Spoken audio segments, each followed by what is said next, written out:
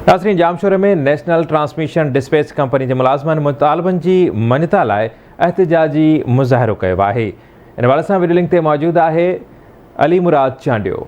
कुल जामशोर में NTDC जे मुलाज़िमनि मुतालबनि जी मञता लाइ एहतिजाजी मुज़ाहिरो करे मुख्य गेट आॾो धरणो हयो आहे। चो त उन्हनि सां ॻाल्हि ॿोल करियूं था मुलाज़िमनि सां, त उन्हनि जा छा मुतालबा आहिनि। असां जेके अॼु एहतिजाज ईअं करे सघूं था, मसला असांजा जेके वधनि पिया, असांजा 6 महीने खां जेके आहिनि प्रमोशन, अपग्रेडेशन, रेगुलाइज़ेशन ऐं सर्किल में जेके खोड़ मसला आहिनि असांजा हल नथो थिए थो। असां पंहिंजे GM साहब खे बि चई, चीफ के भी ॿुधायो, असांजा मसला पोइ बि हल नथो थिए। जातियूं करे पियो SC साहब, GM साहब, असांजा जेके अफ़सर आहिनि, असां जातियूं बि थियूं इन लाइ असांजो न जे न थियूं ख़तमु त असां एहतिजाज खे अॻिते वधाईंदासीं। असां पंहिंजा मुतालबा इहो रखूं था असांजी एम्प्लॉयमेंट की कई वञे, असांजा नया मज़दूर भर्ती कया वञनि, छो त जेतिरा मज़दूर हूंदा ओतिरो जेको NTDC अथॉरिटी खे असां कमु जेको सुठे नमूने करे ॾींदासीं, अथॉरिटी तरक़ी कंदी। असांजा ऑफिसर उन्हनि जा प्रमोशन नथा कनि, उन जाइ जेको उनखे नथा ॾियनि, इन जे लाइ असां एहतिजाज कयूं पिया।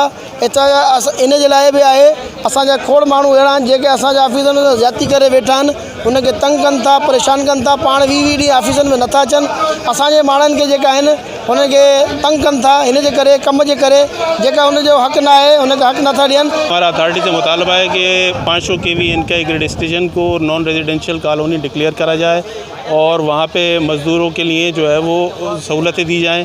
इन जा मुतालबा ॿुधा, उन्हनि जो चवणु आहे त जेकॾहिं असांजा मसला हल न थिया ऐं मुतालबा मंज़ूर न कया विया त एहतिजाजी तहरीक खे वधीक सगारो बणाए इंडा साहिब ते धरणो हयो वेंदो। जी।